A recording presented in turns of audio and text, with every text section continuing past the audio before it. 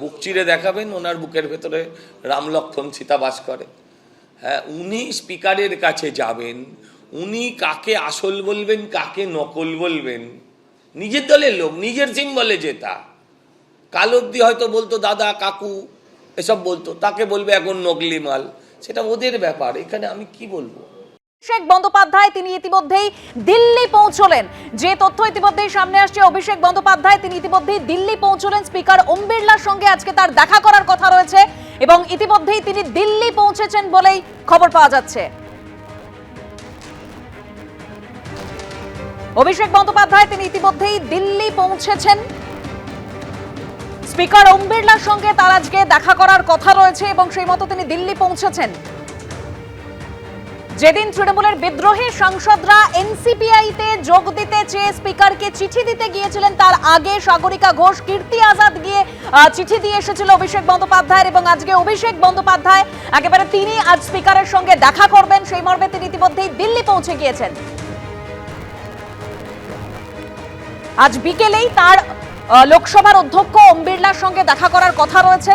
লোকসভায় তৃণমূল সাংসদদের বিদ্রোহী ব্লক নিয়ে আলোচনা, কলকাতা বিমানবন্দরে যখন তিনি পৌঁছেছেন সেই ছবি আপনাদের সামনে তুলে ধরেছিলাম, আর এবার তিনি দিল্লি পৌঁছলেন, অর্থাৎ অভিষেক বন্দ্যোপাধ্যায় তিনি পৌঁছে গেলেন দিল্লিতে। গত রবিবারের যে চিত্রটা সামনে এসেছিল, একেবারে বিদ্রোহী ব্লকের তৃণমূল সাংসদরা স্পিকারের সঙ্গে দেখা করেন, চিঠি দিয়ে সুদীপ বন্দ্যোপাধ্যায়, কাকলি ঘোষ, দস্তিদার, শতাব্দী রায়রা এনসিপিআইতে যুক্ত হওয়ার কথা জানান। এই মুহূর্তের আর কি তথ্য পাওয়া যাচ্ছে আমাদের প্রতিনিধি শিবাশিস মল্লিকের কাছ থেকে আমরা জানবো। শিবাশিস। দেবস্মিতা, এই মুহূর্তে দিল্লি এসে পৌঁছলেন অভিষেক বন্দ্যোপাধ্যায়। তৃণমূল কংগ্রেস সাংসদ অভিষেক বন্দ্যোপাধ্যায় তিনি এসে পৌঁছলেন দিল্লিতে। দিল্লি এয়ারপোর্ট থেকে তিনি বেরিয়েছেন, তিনি সাউথ অ্যাভিনিউতে তার বাড়ির দিকে যাচ্ছেন। আজ বিকেল 5টা নাগাদ লোকসভার অধ্যক্ষ ওম বিড়লার সঙ্গে বৈঠক রয়েছে অভিষেক বন্দ্যোপাধ্যায়ের। ওম বিড়লা তাকে চিঠি দিয়ে জানিয়েছিলেন তিনি আলোচনা করতে চান।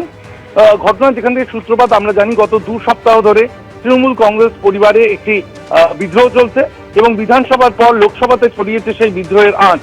লোকসভাতে 28 জন সাংসদের মধ্যে 20 জন সাংসদ তারা ইতিমধ্যে স্পিকারের সঙ্গে দেখা করে তারা সেখানে জানিয়েছেন যে তারা আলাদা ব্লক গঠন করতে চান, তারা তাদের সংসদে বসার জায়গা, লোকসভাতে বসার জায়গা যেন আলাদা করে দেওয়া হয় তৃণমূল কংগ্রেসের থেকে। তৃণমূল কংগ্রেসের সঙ্গে বসতে চাইছেন না সেই 20 জন সাংসদ।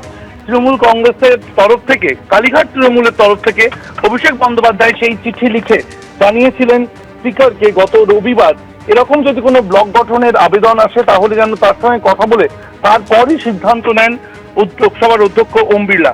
এই অনুরোধ রেখেই লোকসভার অধ্যক্ষ ওম বিড়লা তিনি মঙ্গলবার দিন অভিষেক বন্দ্যোপাধ্যায়কে চিঠি দিয়ে আলোচনার জন্য ডাকেন।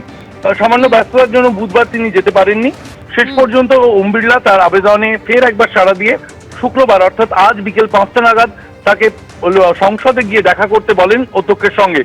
আজ বিকেল 5টা নাগাদ সংসদে অধ্যক্ষের সঙ্গে দেখা করতে যাবেন অভিষেক বন্দ্যোপাধ্যায় এবং তৃণমূল কংগ্রেসের এই যে 20 জন সাংসদের আবেদন তারা আলাদা বসতে চাইছেন এবং লোকসভার তৃণমূল কংগ্রেসের দলনেতা যেহেতু অভিষেক বন্দ্যোপাধ্যায়, তাই অভিষেক বন্দ্যোপাধ্যায়ের সঙ্গে এই বিষয়ে বৈঠক করবেন লোকসভার অধ্যক্ষ ওম বিড়লা।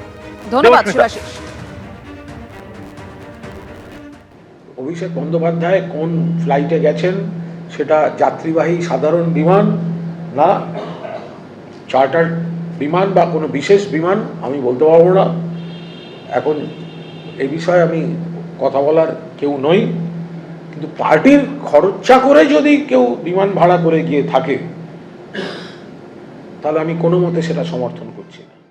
এবিপি আনন্দ, এগিয়ে থাকে, এগিয়ে রাখে।